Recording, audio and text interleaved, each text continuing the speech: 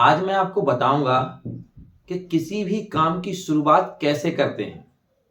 और आप लोगों का सबसे पहला काम क्या है? पढ़ाई। तो पढ़ाई की शुरुआत कैसे करनी है। चाणक्य और चंद्रगुप्त ने धनानंद को हराने के लिए सीधा पाटलिपुत्र पर आक्रमण कर दिया, सीधा मगध की राजधानी पर। और उस लड़ाई में ना उन्हें मुंह की खानी पड़ी, बुरी तरीके से हारे, भागते ही बना। और ऐसा लग रहा था कि पकड़े जाएंगे और मारे जाएंगे। और जब वो वहां से भागे जान बचा के, तो एक गांव में एक झोपड़ी में जाके शरण ली, वहां छिप गए। उस झोपड़ी में एक औरत अपने बच्चे के साथ रहती थी। उसने इन लोगों को भी रखा, इनके लिए भोजन बनाया और खिचड़ी बनाई उसने। तो गरम गरम खिचड़ी उसने अपने बेटे को भी दी, छोटा बेटा था उसका। तो बच्चे होते हैं, उतावला था भूख में। तो उसने क्या किया कि जो खिचड़ी की जो प्लेट थी जिसमें खिचड़ी रखी हुई थी गरम गरम, सीधा बीच में हाथ मारा। वो जल्दी से खाना चाहा तो क्या हुआ, उसका हाथ जल गया। तो माँ ने उसे डांटा के, एक दूंगी, इतना तरीका तमीज नहीं है, इतनी तरीका नहीं है, सीधा बीच में हाथ डाल के खा रहा। अरे साइड से थोड़ा थोड़ा करके खाओ, साइड से खाओ, थोड़ा ठंडा ठंडा करके साइड से, किनारे किनारे से खाओ, तो हाथ जलेगा नहीं। और जैसे जैसे निकालते जाओगे वो ठंडी होती जाएगी। कितनी गूढ़ बात कही उस महिला ने। और जब चाणक्य ने यह सुना तो उनका माथा ठनका कि अरे, इतनी छोटी सी बात मेरे दिमाग में क्यों नहीं आई। मैंने सीधा राजधानी पर ही आक्रमण कर दिया, सीधा पाटलिपुत्र पर ही आक्रमण कर दिया, तो हारना तो था ही। जब आप गरम खिचड़ी की प्लेट में सीधा हाथ डाल दोगे खिचड़ी के बीचों बीच, तो हाथ तो जलेगा ना। और फिर उन्होंने इस बात से शिक्षा लेके मगध के चारों ओर जो छोटे छोटे हिस्से थे, जो राज थे, जो इलाके थे, उन पर हमला करना शुरू किया, उन्हें तोड़ना शुरू किया। और धीरे धीरे धीरे धीरे एक दिन धनानंद को हरा दिया।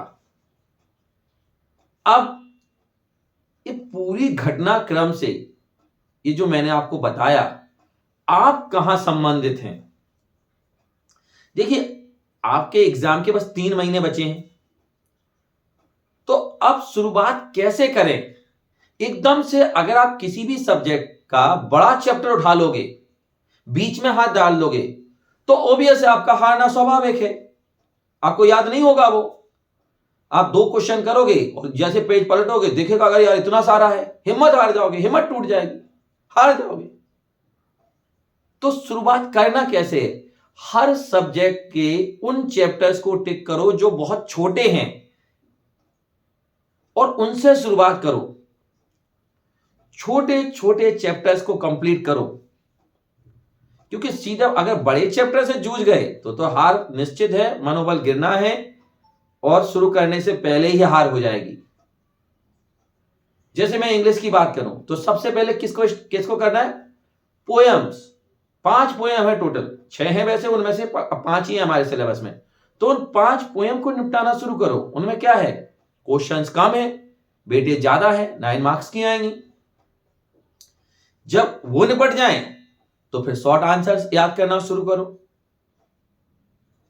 तो जब आप ऐसे शुरुआत करोगे तो क्या होगा, धीरे धीरे आपका मनोबल बढ़ने लगेगा।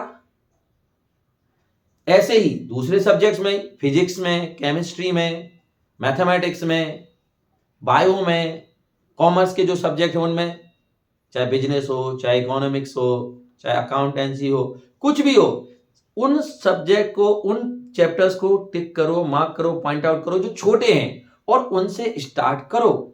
मतलब बगल बगल से शुरू करो और एकदम बीच में मत कूद पड़ो। और छोटे छोटे सब्जेक्ट जो चैप्टर्स हैं वो जैसे कंप्लीट होने लगेंगे, तैसे आपका कॉन्फिडेंस, आपका उत्साह चरम पर होगा और फिर आप बड़े चैप्टर्स को भी बड़े आसानी से कर लोगे। तो शुरुआत का यही नियम है, सीधे बड़े से नहीं भिड़ना है, छोटे से शुरुआत करनी है। तो आप भी अभी पेन पेपर उठाओ और अपने देखो कि किस सब्जेक्ट में कौन से चैप्टर्स छोटे हैं उनको करना स्टार्ट करो और उनमें भी सबसे छोटे छोटे क्वेश्चन से शुरुआत करो, उनको करना स्टार्ट करो और जैसे ही वो हो जाएं फिर उससे बड़ा, फिर उससे बड़ा, फिर उससे बड़ा, धीरे धीरे हुए बढ़ते हुए क्रम में चलना है अपन को। ऐसा कर लोगे तो फिर कोई दिक्कत नहीं आने वाली। अभी का क्या है कि आप लोग खाली बैठे हो, मतलब आपको कुछ है ही नहीं याद, और जो पढ़ रहे हो तो लग रहा है कि पिछला जो पढ़ा था वो भूल गए, हालांकि वो भूले नहीं हो, वो तो याद ही है, जैसे रिवाइज करोगे जैसे चीजें, लेकिन उसके लिए चाहिए विश्वास, कॉन्फिडेंस। और कॉन्फिडेंस आएगा जब आप धीरे धीरे इन छोटी चीजों को, छोटे लेसन्स को करना स्टार्ट करोगे। और सारे वीडियो जरूर देखो मेरे, वो भी बहुत ज्यादा जरूरी है। देखो दो चीजें हैं, मेहनत, तैयारी और उत्साह, मोटिवेशन, ये बहुत ज्यादा जरूरी है। खुद को मोटिवेटेड रखना इस समय बहुत ज्यादा जरूरी है, खुद को स्ट्रेस से फ्री रखना बहुत ज्यादा जरूरी है, खुद के अंदर एक उमंग रखना बहुत ज्यादा जरूरी है, पॉजिटिविटी रखना बहुत ज्यादा जरूरी है। क्योंकि वक्त वक्त पर, हर घंटे, हर दिन आपको गिव अप करने का मन करेगा, हार मानने का मन करेगा। जैसे ही करने बैठोगे, कुछ कर रहे होगे, फंस जाओगे, ऐसा लगेगा 2 घंटे, 4 घंटे, 10 घंटे पढ़ाई करोगे और फिर जैसे किताब बंद करोगे और सोचोगे अरे यार कुछ याद, रिकॉल करने की कोशिश करोगे जो पढ़ा है, कुछ याद नहीं आएगा, तो हिम्मत टूटेगी। तो इस समय आपके लिए फ्यूल का काम करेगा मोटिवेशन, मेरे वीडियोस। तो ये देखने हैं और इनको उतारना भी है, इनको वर्ड टू वर्ड फॉलो भी करना है। और जैसा कि मैंने कल की क्लास में बताया था कि भाई लिखना बहुत ज़्यादा जरूरी है। तो लिखना है कि भाई पहले एक लिस्ट बना लो कि किस सब्जेक्ट में कौन कौन से जो चैप्टर हैं वो छोटे हैं और उनमें कौन कौन से क्वेश्चंस छोटे हैं, और फिर उनको करना शुरू करो। इस तरीके से क्या होगा, शुरुआत बहुत अच्छी होगी, मनोबल बढ़ता जाएगा, आगे आप बढ़ते जाएंगे और करते जाएंगे। और एक चीज और है, प्रॉपर रेस्ट लेना भी बहुत ज्यादा जरूरी है। जैसा कि मैंने कल भी बताया था कि हर 1-2 घंटे बाद रेस्ट लेना और प्रॉपर नींद लेना भी जरूरी है ना, इस समय। क्योंकि अगर इस समय धोखे से भी बीमार पड़ गए तो सारे किए कराए पर पानी फिर जाएगा, इसलिए बीमार भी नहीं हो सकते। तो उसके लिए क्या चाहिए, बॉडी को रेस्ट भी देना पड़ेगा। तो प्रॉपर नींद लीजिए, है ना। और प्राइम टाइम, जैसा कि मैंने पिछले वाले क्लास में बताया था कि प्राइम टाइम पहचानिए, अपने प्राइम टाइम के हिसाब से पढ़िए, दूसरों की कहे कही बातों में मत आइए कि सुबह 4 बजे ही बहुत अच्छा याद होता है या रात में अच्छा याद होता है। नहीं, आप अलग हैं, आप यूनिक हैं, आपका दिमाग अलग है, आपकी प्रोसेस अलग है, ठीक है। तो आपका समय भी अलग ही होगा, तो उस समय को पहचानिए और वो पता चलेगा जब आप अपने 2-3 दिन अपना डेली शेड्यूल देखेंगे, पता चल जाएगा, ठीक है। और अभी अभी इसी वक्त इस वीडियो को देखते देखते पेन और पेपर उठाइए, उठाइए जल्दी से, उठा लिया सबने पेन पेपर। अब लिखिए कि आज सुबह से लेके शाम तक, अब तक इस भी सुबह जब आप जगे उससे लेके ये वीडियो देखने तक आपने क्या क्या किया, जरा लिखिए पेन पेपर पे। किस कोचिंग पर गए, वहां कितना टाइम गया, कितना समय आने में लगा, कितना समय जाने में लगा, ठीक है। कितनी पढ़ाई करी, कौन कौन से चैप्टर पढ़े, कितने घंटे बैठे, उसमें कितना पढ़ा, सब लिखिए एक एक करके। अभी लिखिए, मैं वेट इंतजार कर रहा हूं, लिखिए आप, मैं जो कह रहा हूं वो करिए, लिखिए। पहले क्या लिखें, कितने बजे जगे, ये लिखिए, ठीक है। जगने के बाद फिर जो तुम्हारा दैनिक क्रिया में जो काम लगा, उसके बाद कोचिंग गए तो कोचिंग जाने में कितने बजे आप निकले थे और कोचिंग कितने बजे होती है, तो इतने बीच में कितना टाइम गया, ठीक है, ये देखिए। उसके बाद कोचिंग से जब आप लौटे तो घर आने तक कितने बजे घर आए एग्जैक्ट, वो लिखिए टाइम। घर आने के बाद फिर आपने क्या किया, कितने बजे तक क्या किया, और उसके बाद पढ़ाई कितने बजे से शुरू करी, कितने घंटे, कितने बजे से कितने बजे तक पढ़े, और उस पढ़ने में उसके सामने ब्रैकेट लगा के लिखिए कि कितना याद हुआ, क्या याद किया, कौन सा चैप्टर याद किया, ये लिखिए उसमें। उसके बाद फिर अगली कोचिंग कितने बजे गए, कितना टाइम लगा, उसके बाद वहां से वापस कितने बजे आए, फिर कितने घंटे पढ़ाई करी, उस पढ़ाई में कितना याद हुआ, कोचिंग में क्या क्या पढ़ाया गया, उसमें से तुमने कितना लर्न किया, तुम्हें कितना याद हुआ, कुछ याद हुआ भी कि कुछ भी याद नहीं हुआ, सारा कुछ लिखिए। अब तक इस पॉइंट तक, इस वीडियो देखने तक सारा कुछ लिखिए। और फिर मैं 2 मिनट रुक रहा हूं, लिख लीजिए, लिख गया, ठीक है। अब देखिए कि कितना समय प्रोडक्टिव कामों में गया और कितना समय गैर जरूरी कामों में गया। मतलब जब आप कोचिंग गए तो जो समय लगा जाने में, क्या उसको उस समय को कम करा जा सकता है, जल्दी पहुंचा जा सकता है, थोड़ा सा और लेट निकल के जल्दी पहुंचा जा सकता है, क्या इसमें से कुछ समय निकाला जा सकता है। पढ़ाई करी तो कितने समय आपने पढ़ाई करी और कितने समय आपका दिमाग यहां वहां घूमा।